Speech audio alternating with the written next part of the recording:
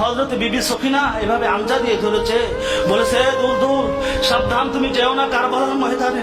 কারবালার ময়দানে এমন একটা ময়দান, যে ময়দানে যায় কোনোদিন ফিরত আসে না। এই ময়দানে গিয়েছিল আবুল কাসেম, টুকরো টুকরো হয়েছে।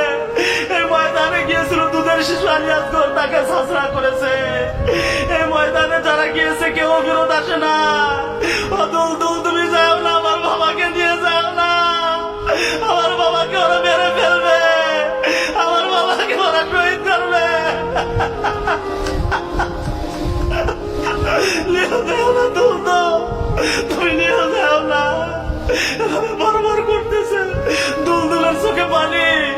ইমাম হোসেন বলতেছে দুলদুল তুমি যাও। দুলদুল যায় না, দুলদুল যায় না, দুলদুল যায় না। ইমাম হোসেন বলতেছে দুলদুল তোমাকে হুকুম করতে দেরি হয়, তুমি বাতাসের মতো উড়ে যাও, তুমি কেন যাও না? ইমাম হোসেন দেখে দুলদুলের চোখে পানি। ও দুলদুল তোমার চোখে কেন পানি?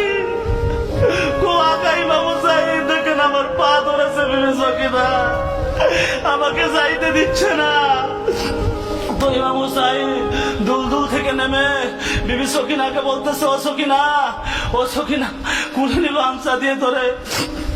ভাইয়ের আমার সেই তাঁবুর মধ্যে রেখে দিলেন বিবি সকিনা।